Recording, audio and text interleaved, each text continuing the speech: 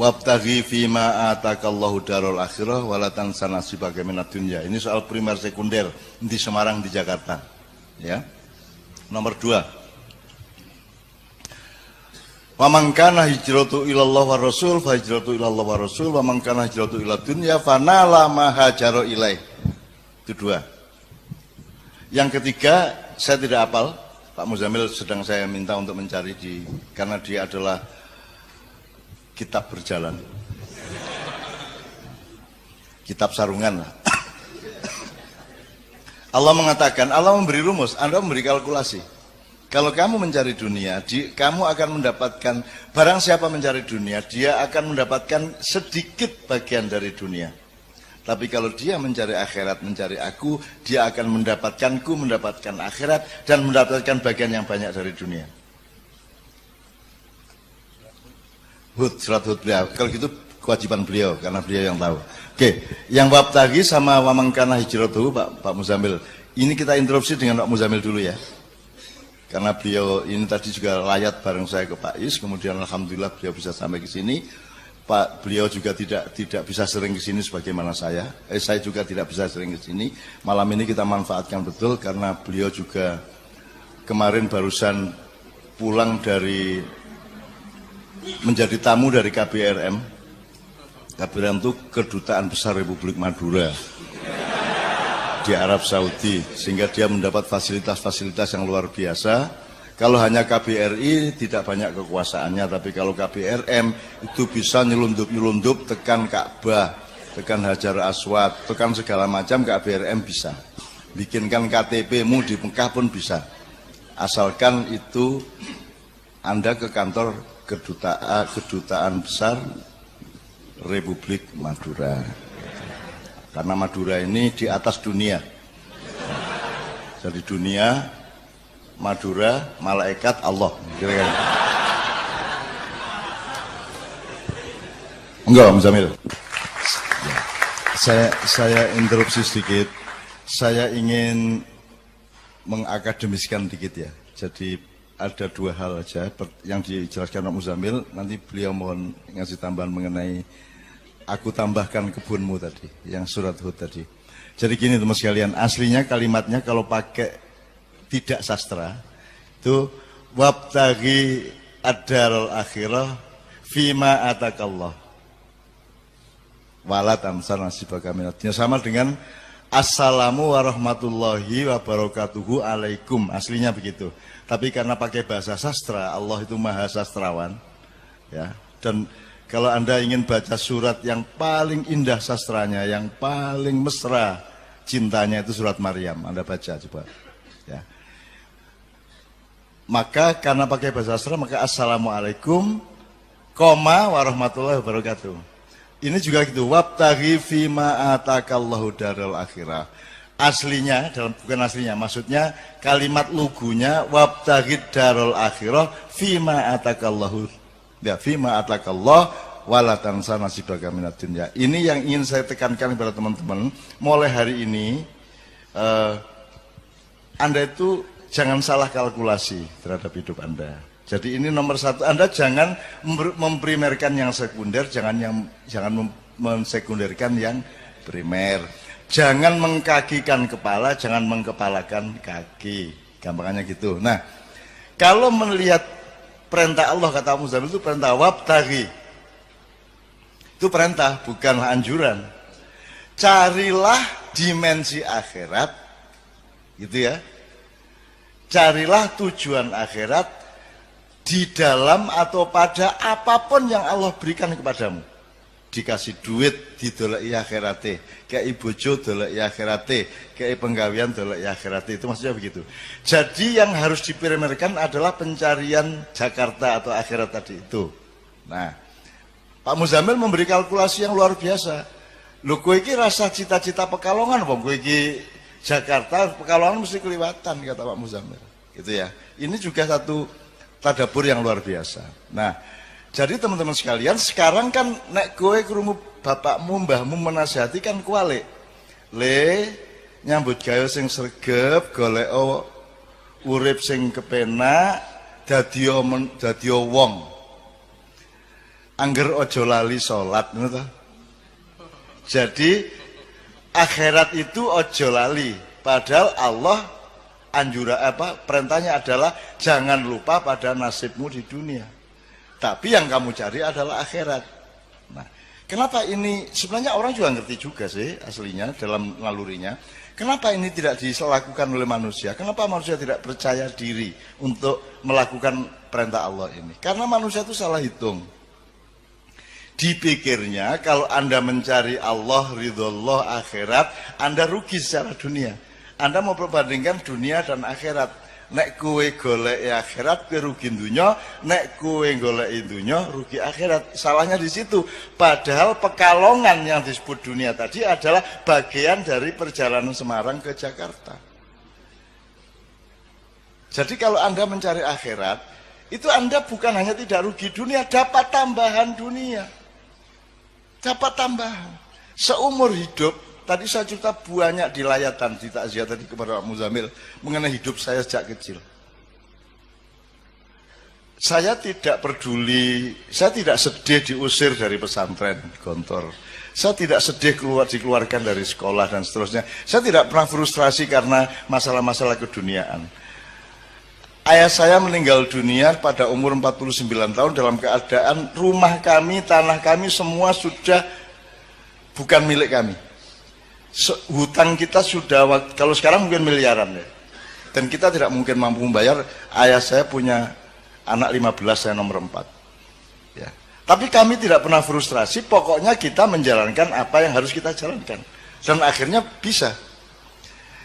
Normalnya kalau saya pakai kalkulasi dunia, begitu ayah saya meninggal, sertifikat hilang, rumah hilang, semua hilang. Dan ibu saya dengan bayinya hanya tidur di atas tikar dan tanpa bantal. Jangankan kursi, jangankan kayu, jangankan almari, semua sudah dijual untuk makan. Tinggal tikar dan sewek. Jadi kalau berdiri seweknya tinggu gendong anak, nek turu ya seweknya tinggu bantal. Itu ibu saya. Tapi saya tidak pernah mengalami frustrasi dengan keluarga saya dalam keadaan semiskin kaya apapun. Karena miskin dan kaya itu tidak dengan kalkulasi seperti Anda menghadapi dunia. Sing ngarani ngono ki melarat sapa?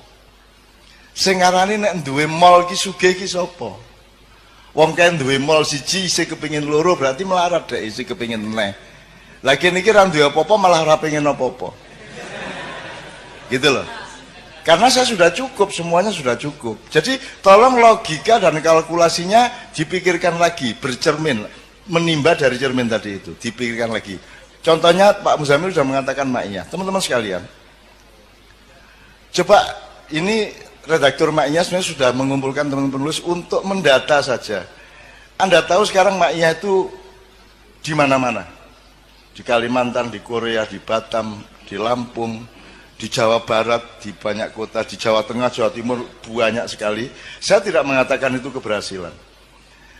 Ada orang ngelompok, kayak ngene iki nganti jam 3 esuk, itu tidak mungkin ciptaan manusia. Jadi jangan pernah mengatakan copyright Ma'iyah adalah Emainun Najib. Tidak, saya tidak mampu bikin Ma'iyah. Jangankan bikin, mencita-citakan atau memimpikan, membayangkan pun tidak berani saya. Bahwa akan ada orang duduk di hadapan saya jam 9 malam sampai jam 3 pagi. Siapa berani mimpi seperti itu? Nabi Nuh saja 900 tahun hanya dapat berapa orang Pak Musa? Sekitar 80 orang. Iki 100 tahun mendahne kuwemu bal iki. 900 tahun bayangke kuwi berarti 9 tahun untuk siji. 90 tahun. Enggak ya? Sementara gini, jadi ada kalkulasi lagi. Sehebat-hebatmu mencapai sesuatu, menumpuk uang, menumpuk harta, mendaki kursi kekuasaan, sehebat-hebatnya pencapaianmu, bisa nggak dibandingin dengan pemberian Allah kepadamu? Kalau ibarat semua pencapaian hidup manusia itu setetes air, maka pemberian Allah kepadamu adalah 7 7 air lautan yang tidak pernah kering, meskipun kamu makan dan kamu minum terus menerus. Jadi sehebat-hebat apa yang bisa saya capai di dunia, sepinter apapun, sedahsyat apapun saya ini, tapi tidak bisa mencapai 0,1% dibanding yang Allah kasih kepada saya. Contohnya Ma'iyah ini. Dan ini hanya salah satu. Kita sudah mendata macam-macam yang Allah kasih kepada saya, ya. Meskipun saya tidak boleh memakannya sendirian, dan Anda memakannya beramai-ramai seluruh dunia. Aku dhewe ra wani gawe kaya ngene iki sapa? Aja meneh kok Ma'iyahan orang nganggo panggung. Ora ana wong sak donya, Mas. Acara kok langsung dep-depan ngene iki, ora ana. Tur ora ana hiasane kek opo kek ora ana. Ora ana kembang pot ning kene apa ora ana. Kita ini tidak macak, kita ini tidak berlagak. Sekarang ini kan Indonesia diisi wong sing macak gagah, macak alim, macak apik, macak merakyat, padahal tidak. Betul enggak? Macak ayu berarti ora ayu. Macak ganteng berarti ora ganteng. Macak sugih padahal berarti miskin. Dan sekarang macak-macak semua. Nah teman sekalian, Anda lihat Gambang ini berapa tahun? 18 tahun. Mau coba syafaat 19 tahun. Kenduri cinta 17 tahun. Dan lain-lain dan lain-lain. Padang bulan yang mengawali ini semua itu sudah 25 tahun. 25 tahun. Anda bisa hitung. Sekarang Anda minta tolong teman-teman IO atau akuntan, hitung biayanya. Tidak usah biaya seluruh Ma'iyahan, biaya perjalanan saya. Biaya perjalanan saya untuk Ma'iyahan selama 25 tahun ini. Bensinnya berapa, sangunya berapa, sak piturute. Pernahkah kita mikirin biaya itu? Pernahkah kita? Allah kasih semuanya. Allah memberi orang jurono udan duit ya orang. Tapi melalui cahaya yang disinarkan kepada hatimu, sehingga ada sing urun di kaca itu ono sing ben kaca nggawa karpet. Coba. Jadi karpetnya kaca itu uga banget. Ki suwe-suwe dadi agen karpet di Ma'iyahan. Karena dia bersyukur. Dan kalau ini yang kelihatan mata aja luar biasa rahmat Allah yang saya tidak mungkin mampu membuat, teman-teman sekalian. Tidak mungkin. Ya. Belum lagi yang aneh-aneh. Jamaah Ma'iyah yang bukan jamaah Ma'iyah langsung itu jumlahnya mungkin 1000 kali lipat daripada jumlah jamaah Ma'iyah yang saya bisa lihat. Dan yang namanya YouTubers itu, ya Allah, kuwi ya wong Jawa, ya wong Batak, ya wong Sunda, ya wong Madura, ya Cina, ya bule, ya wong Arab, ya Sunni, ya Syiah, macam-macam, ya congklang, segala macam. Mereka jamaah Ma'iyah, termasuk kiai-kiai. Dan ada yang anak dari Semarang kalau tidak salah, Semarang apa Solo, itu Ma'iyahan ke Jombang itu naik motor sendirian, dan dia masih SMA kelas 2 beragama Katolik. Kalau Anda lihat Ma'iyahan di mana-mana banyak anak-anak kecil ikut, dan mereka tidak tahu kue kurung ono cacile. Ora tahu tak? Ora tahu. Pernah kamu melihat ada Ma'iyahan pakai penjagaan keamanan? Al-Bansur wal Kokam?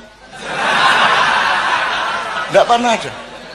Saya hormat kepada teman-teman Banser, Kokam, Satgas PDIP dan seterusnya, tapi di Ma'iyah ini kita tidak mengancam siapapun sehingga tidak perlu ada yang menjaga, karena kita yang akan menjaga semuanya. Dan penjagaannya tidak karena kehebatan silat Anda, penjagaannya karena Anda kesini ini untuk mencari Allah dengan hati yang penuh keikhlasan. Maka itu adalah keamanan yang seaman-amannya. Terakhir, tolong teman-teman ikut mendata, Mas. Saya itu tiap hari, ya Allah, saya tuh sampai kadang-kadang tidak berani berdoa loh. Lah kurang apa tuh Gusti Allah ngasih saya itu? Saya lihat orang jilbaban, aku merasa swarga kuwi. Karena dulu saya memperjuangkan jilbab habis-habisan. Pak Ilyas tahu lah. Bagaimana dulu tidak ada orang pakai jilbab, sak kota belum tentu orang 5 pakai jilbab. Dan saya memperjuangkan dengan keliling puisi dan drama lautan jilbab. Kowe iso mbayangke Indonesia dadi lautan jilbab. Saiki lautan ora? Lautan jilbab. Aku biyen kok wani ya ngomong lautan.